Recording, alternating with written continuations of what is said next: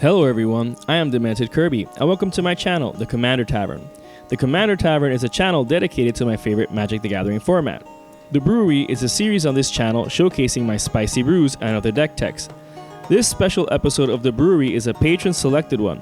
I will be discussing a legendary creature from Commander 2019 Pramikon Sky Rampart. So, The Gathering Pikachu, this one's for you. Pramikon is a 1/5 legendary wall with flying and defender that costs 1 blue, 1 red, and 1 white. When it enters the battlefield, you choose left or right. Doing so means that players can only attack players and planeswalkers nearest to them in that direction. This essentially makes Pramikon a mystic barrier in the command zone. What's interesting about Pramikon is that it doesn't really have any clear and obvious strategy when building it. The lack of an explicit path to follow means that you can pretty much build it however you'd like. That being said, the path I'm choosing for Pramikon is a janky Superfriends build.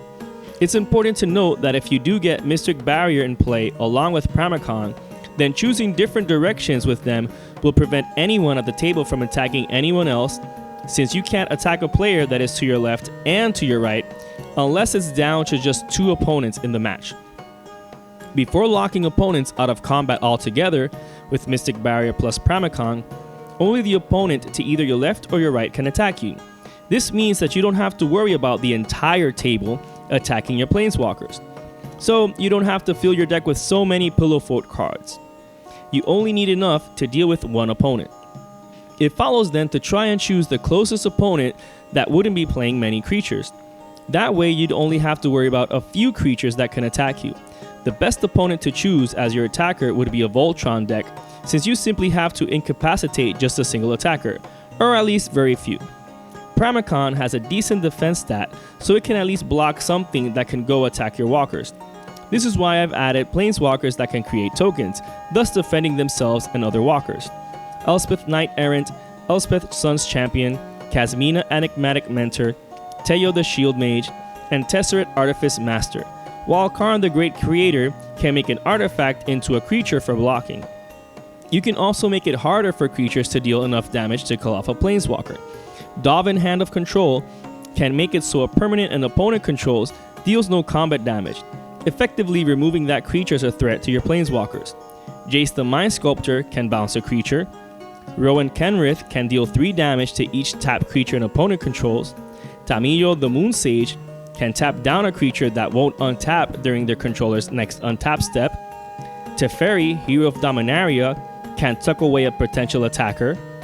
The Wanderer can exile a creature with power 4 or greater. And Will Kenrith can make up to 2 creatures have power 0 and lose all abilities. I'm going to talk later on in greater detail for each planeswalker I have in the deck. In the meantime, these are some of the ones that can help defensively against attacks from either your left or your right. Having your planeswalkers relatively safe from attacks is fine and all, but combat damage isn't the only way to get rid of planeswalkers. Dovin and Kasmina tax spells that might bother your planeswalkers. If an opponent really wants to get rid of them, they're going to have to pay some steep costs. So what better way to make them lose tempo than by countering those overcosted spells? Chances are they won't have the mana to cast another in that same turn. So you can't go wrong with Counterspell, Mana Drain, Swan Song, Force of Will, Force of Negation, and Pact of Negation. The deck does have a dash of jank in it in the form of Dows and Painter Servant. With enough mana open, I can essentially counter any spell that would hinder my board state.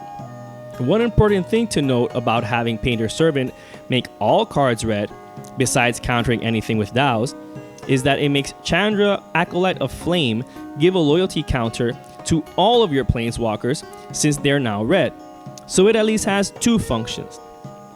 On the subject of taxing, making it harder for opponents to play a lot of creatures or spells in their turn is a good way to make it difficult to get through your defenses, while you're setting yourself up for the win.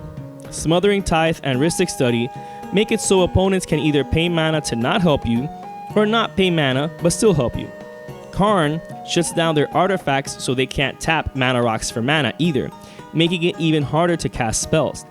If the opponent to Pramikon's chosen direction has a board state that's too hard to manage, an overloaded Cyclonic Rift can get the job done. You can also austere Command, which has 4 excellent modes to choose 2 from. In the worst case scenario, you can either Juckle Hops or Obliterate. These spells are amazing in that they get rid of everything except Planeswalkers and enchantments. So if all really goes wrong, hit that reset button and continue using your Planeswalkers.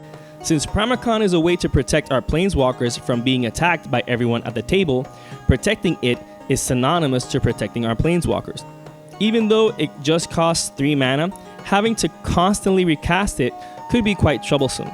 Staple artifacts like Swiftfoot Boots and Lightning Greaves are a must, while Hammer of Nazan also pulls its weight by making Pramikon indestructible. It can also equip for free when it enters the battlefield. In order to get the most mileage out of Planeswalkers, it's important to give them other forms of support. Since you can only use their ability once a turn, you have to manage them carefully.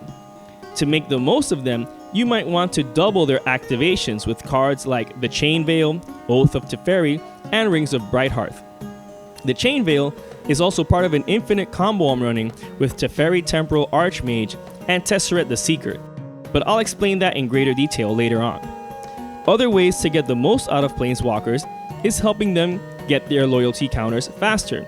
Karn's Bastion helps proliferate counters for just 4 generic mana and tapping, while Flux Channeler does so every time you cast a non-creature spell. Deep Glow Skate flat out doubles Planeswalker's loyalty when it enters the battlefield.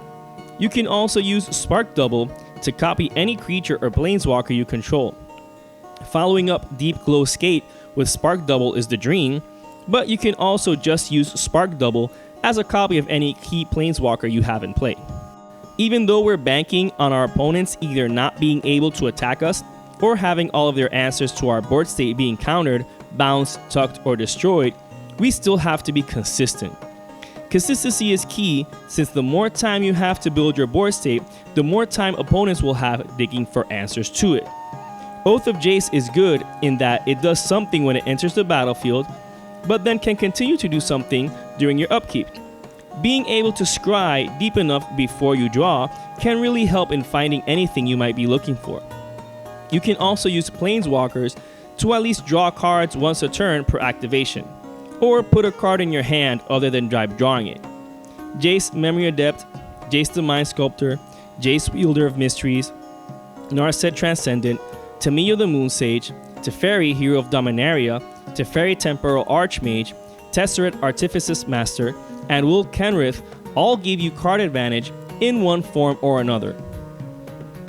You can also draw into a ton of cards with classics like Stroke of Genius, Sphinx's Revelation, and Blue Sun's Zenith. I'm running Reliquary Tower in order to not have a limit to my hand size. You can also just literally tutor for what you're looking for when digging deep isn't enough. Jeru with Eyes Open, Thalia's Lancers, Ignite the Beacon, and Call the Gatewatch are great tutors for Planeswalkers, considering the deck isn't black.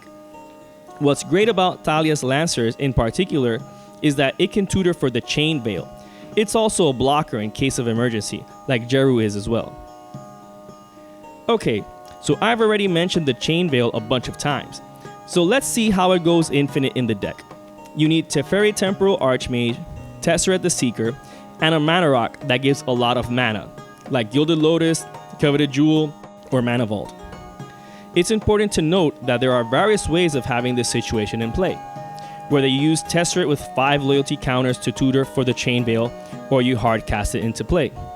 It could also be that you already used their loyalty abilities, but are now able to activate the Chain Veil to use them again. The point is that whatever be the case, I'm going to show a general method to achieve infinite Planeswalker activations with these cards. Let's assume that you've already used Teferi and Tesseret, but have just activated the Chain Veil. You can now use them all over again. +1 Tesseret to untap the Chain Veil and Gilded Lotus. Tap Gilded Lotus to add 3 mana of any color to your mana pool. -1 Teferi to untap Gilded Lotus and 3 lands. Tap those lands and Gilded Lotus to now have 6 more mana in your mana pool for a total of 9.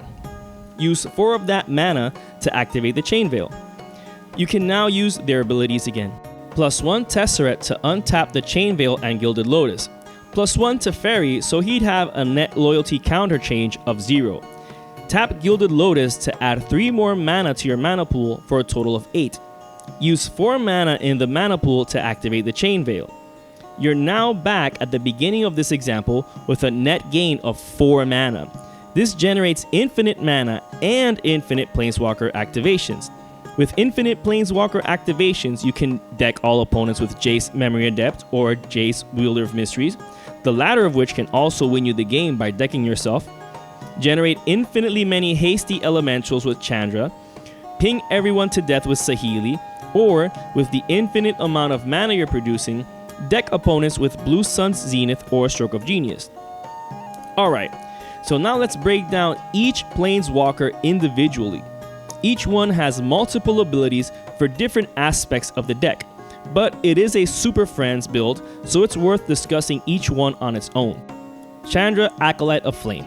Her first ability adds a loyalty counter to every red Planeswalker, which is just herself, Saheeli Rai, and Rowan Kenrith.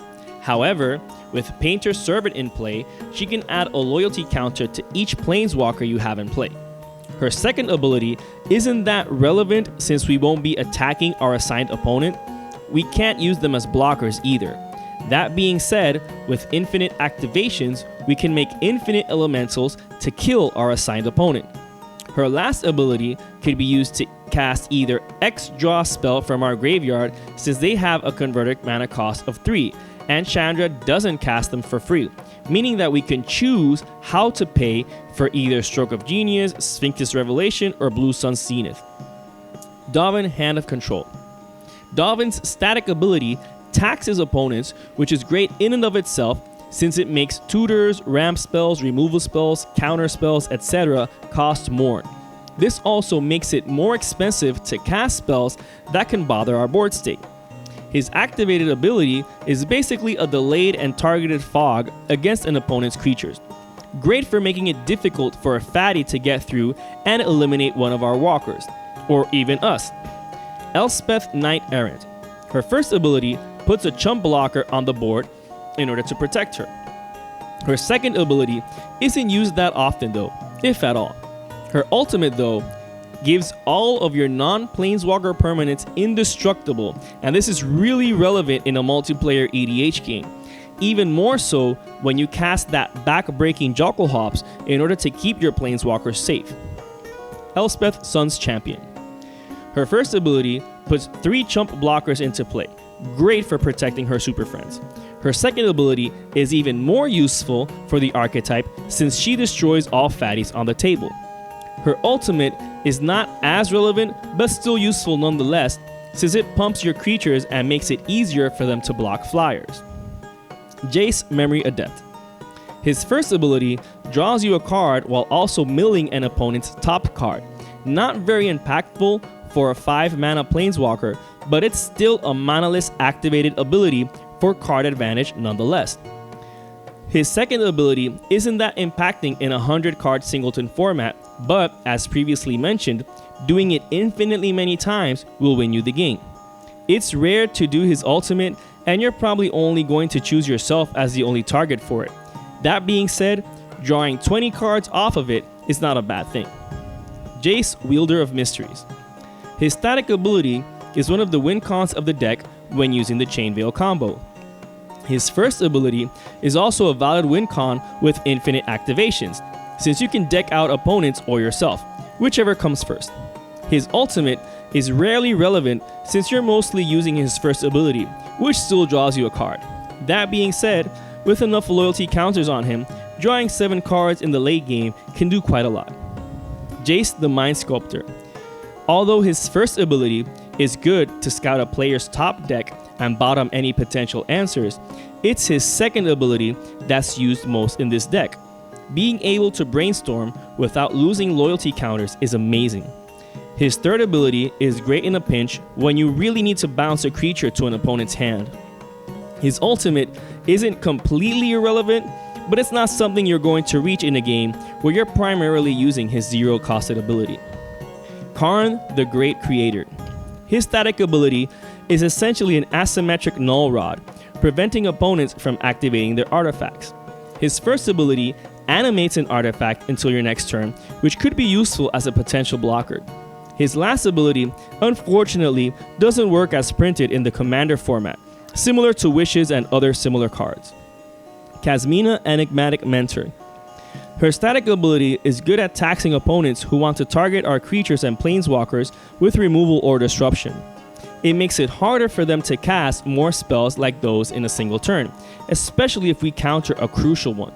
Her activated ability is useful in creating chump blockers as well as looting for one. Narset Transcended. Her first ability is good at potentially drawing a card or, at the very least, seeing what's next to come. Her second ability is rarely used, but if you use it to cast Austere Command, for example, you could use other modes when it's cast with Rebound. Her last ability is a very degenerate emblem, which basically prevents opponents from casting anything that isn't a creature. Rowan Kenrith. Her first ability is great in forcing an opponent to attack his or her target in order to create some chaos thanks to Pramikon. Her second ability can then be used to ping those creatures afterwards. It can also just be used to ping any tapped creatures, potentially utility creatures that tap like mana dorks. Her ultimate ability is completely insane in a Superfriends deck, since it's basically a zero-costed Rings of Brighthearth. Used in conjunction with Planeswalker abilities, and you essentially use them twice. Her static ability is clearly not used in this deck, but her triggered ability is great, since she can tutor up Will Kenrith, which is another great Planeswalker for the deck. And speaking of Will Kenrith, his first ability is great in protecting your Planeswalkers, since it can make the biggest threat a mere 0/3 and lose all of its abilities as well. His second ability is also great in the deck, since you can not only draw 2 cards, but have your instant, sorceries, and Planeswalker spells cost 2 generic mana less to cast. His ultimate provides an emblem that isn't too relevant here since it's not a spell-slinging deck. However, if you do have it, then all your tutors and X-draw spells are duplicated. Similar to Rowan, his static ability is clearly not used in this deck, but his triggered ability is great since he can tutor up Rowan Kenrith, thanks to their Partner With ability. Saheeli Rai. Her first ability helps you filter your next draw as well as pinging each opponent. This is also a win con when you have the Chain Veil combo online. Her second ability provides a token that's a copy of a creature or artifact you control. This is great to copy a mana rock like Soul Ring, Mana Crypt, Gilded Lotus, Coveted Jewel to get fast mana. Copying Coveted Jewel also draws you 3 cards for your trouble. Having to exile it at the beginning of the next step is not that big a deal if you're taking advantage of the mana. Her ultimate is not a goal to achieve, but if you do manage it, it's still a good way to tutor up the Chain Veil, Gilded Lotus, and Coveted Jewel into play for free. Cards which are half of the Chain Veil Infinite combo. Tamiyo the Moon Sage. Her first ability is great at freezing down a potential attacker to one of your Planeswalkers. Her second ability is great when you can draw enough cards off of it to make it worth your while. This combos nicely with Rowan Kenrith's first ability. Her ultimate is an epic emblem, which, if you should ever get it, makes your games that much better. You have no hand size, and the things that go to your graveyard will then go to your hand. Just beware graveyard exiling effects though. Teferi, Hero of Dominaria. His first ability is not only a draw ability, but it also untaps 2 lands at the beginning of your next end step, providing mana that could be used for counter magic. His second ability tucks a non-land permanent away, 3rd from the top of a library. This is great tempo loss to an opponent and a great way to get rid of a threat that could come your way to kill your Planeswalkers. His emblem is crazy, but the point of running him is not to get it. That being said, if you are able to get his emblem, do so. The draw X spells are nuts with that emblem. Teferi, Temporal Archmage. His first ability is great to at least filter through the top 2 cards of your library. His second ability is crazy good advantage, so much so that it's key to go infinite with the Chain Veil.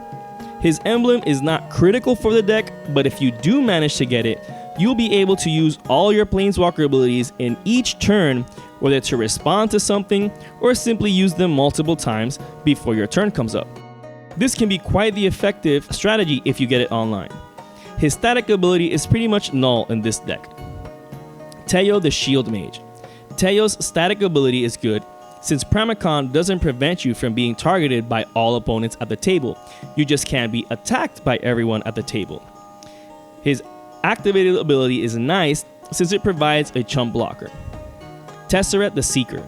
His first ability is crazy good with mana rocks, but it's especially key to the Chain Veil combo.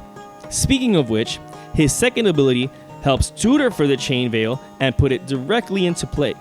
If he has 5 loyalty counters before doing so, he'll survive long enough to pull off the combo. His final ability isn't really used though. That being said, if you have enough mana rocks and he has enough loyalty, you could potentially use it as a way to smash face if all else fails. Tesseret Artifice Master. His first ability creates a chump blocker for protecting your Planeswalkers. His second ability helps draw cards and is even better if you have at least 3 artifacts in play. His ultimate is not the main reason for running him, but if you can pull it off, then you can pretty much tutor for any permanent you want from your deck. It's a slow way to assemble a combo, but at least it's free. The Wanderer. Her static ability is great at protecting your Planeswalkers from non-combat damage, like mass burn spells such as Magma Quake and the like. Her activated ability just straight up exiles a fatty from the board, so it's one less creature to worry about. Venser the Sojourner. His first ability is good at blinking Planeswalkers to reset their loyalty, but it can also be used to blink Deep Glow Skate, Jeru, Thalia's Lancers, etc. You can also use it to recover any stolen permanent. His second ability isn't really that used since we're not really going to win via combat damage. His emblem is amazing, but not the point of running him. That being said, if you can acquire his emblem, definitely do so. Pramikon's color identity doesn't make it easy to ramp for mana, so the usual path of mana rocks is the way to go. I'm running all legal Moxen, as well as Arcane Signet, Soul Ring, Mana Crypt, and Mana Vault, along with the previously mentioned Gilded Lotus and Coveted Jewel. As usual, I'm running all 10 fetches, all 3 dual lands, all 3 shock lands, all 5 pain lands, both Horizon lands, Ancient Tomb, Temple of the False God, Command Tower, Exotic Orchard, Reflecting Pool, and Sea of Clouds. Now, I know I constantly mention these mana rocks and lands in all my non-budget videos. I'm also aware that not everyone who visits the Commander Tavern can splurge on such luxuries. I've acquired these from many years of collecting and investing in the game by trading and selling lots of cards. It sucks that these cards have garnered such high prices and are treated more like a premium commodity than pieces of a card game. That being said, these are cards that are useful in any deck, and it's something that isn't so out of this world to suggest, unlike really expensive cards. Cards like the Tabernacle at Pendrell Vale, Bazaar of Baghdad, the Abyss, Time Twister, etc. Those cards are for more specific decks, unlike dual lands, fetches, and mana rocks, which can go anywhere. I suggest them because I personally use them and take them into consideration when brewing. If you try and build any of my brews for yourself, you'll find that the entire budget is practically on the mana base, apart from very few select cards. So you could essentially build them for way cheaper in comparison by running more budget lands and mana rocks. Thus, even though my videos present these brews a bit carefree of budget, I will still continue to make budget videos as well, just as I've done in other previous videos. Again, this brew is just an idea of how to build around Pramikon Sky Rampart. This is definitely a fun commander with multiple avenues of deck design. In this particular build, I went with a Superfriends approach. Now, this isn't potentially the same approach you might want to take Pramikon in, and that's fine, because as I said before, Pramikon doesn't really have a straight avenue to work with. I would like to once again thank and give a shout out to my patron, The Gathering Pikachu, who suggested this video on Patreon. Thanks for watching this episode of The Brewery on the Commander Tavern. I am Demented Kirby, and happy brewing.